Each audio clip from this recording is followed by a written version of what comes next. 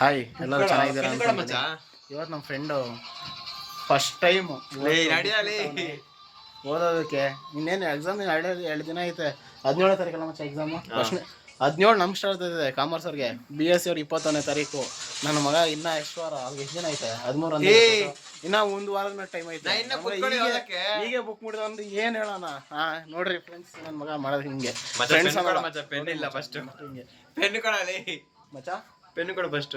ಲೇ ನನಗೆ ಸಬ್ಜೆಕ್ಟ್ ಹೆಸರೇ ಗೊತ್ತಿಲ್ಲ. ನಾನು ಪೆನ್ ಕೇಳ್ತಾ ಇವಲ್ಲ. ಪೆನ್ ಕೊಡ ನಂಗೆ ಬರೆಯಕ್ಕೆ. ಗೋಳಿ ಮಗ ನನ್ ಬಿಟ್ಟು ಹೋಗ್ತಾವ. ನೀನು ಎಂತ ಗಂಡ ನನ್ನ ಮಗ ಹೇಳ್ಬೇಡಿ. ಹೇಳ್ರಿ ಏನು ಫ್ರೆಂಡ್ಸ್, ನೋಡ್ರಿ ಇಂಥ ನನ್ನ ಮಗ ಬೋಳಿ ಮಗ ಫ್ರೆಂಡ್ಸ್ನ ನಾವು ಮಾಡ್ಕೊಬೇಕಾ?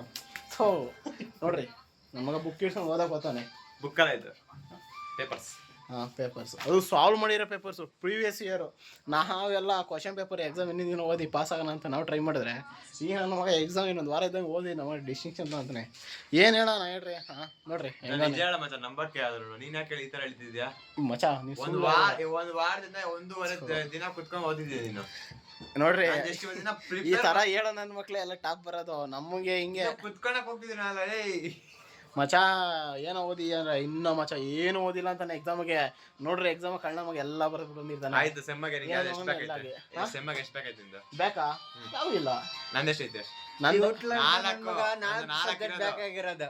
4 ಸೆಮ್ ಬೇಕಿರೋದು. ನಮ್ಮ ಫ್ರೆಂಡ್ 4 ಸೆಮ್ ನಾನು ಹೋಗಿದ್ದೀನಿ. ಏನಿದು ಹೊಸ ವಿಷಯ? ನಾನು ಇವಾಗ ಕೇಳ್ತಾ ಇರೋದು. ಡಬ್ಬ ನನ್ ಮಗ ಕೇಳ್ರಿ, ಇಲ್ಲಿ 12 ಗಂಟೆ ರಾತ್ರಿ 1 ಗಂಟೆವರೆಗೂ ಓದ್ತಾನೆ.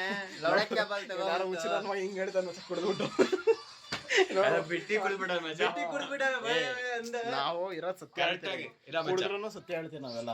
ಕರೆಕ್ಟ್ ಆಗಿ ಹೋಗಿರೋದ್ರೆ 2. ಒಂದ್ ಪಾಸ್ ಆಗೈತೆ, ಒಂದ್ ಫೇಲ್ ಆಗೈತೆ. ಸೊ ಇನ್ನೊಂದು ಮತ್ತೆ ಇಲ್ಲ, ಇವನು 5th ಸೆಮ್ ಅಲ್ಲಿ ಫೇಲ್ ಆಗ್ತಾನೆ. ನೋಡ್ರಿ ಈಗ ನೋಡ್ರಿ 2022 ನಾಗೆ ಕೆಮಿಸ್ಟ್ರಿ ಅನ್ನೋ ಸಬ್ಜೆಕ್ಟ್ ಬರ್ದ. ಆಗ ಹೋಯ್ತು, ತಲೆ ಕೆಡ್ಸ್ಕೊಂಡಿಲ್ಲ ನಮ್ಮ ಅಣ್ಣ. ಮತ್ತೆ ಪಾಸ್ ಮಾಡೋಣ ತೋರಿಸ್ತು ನೋಡ್ರಿ.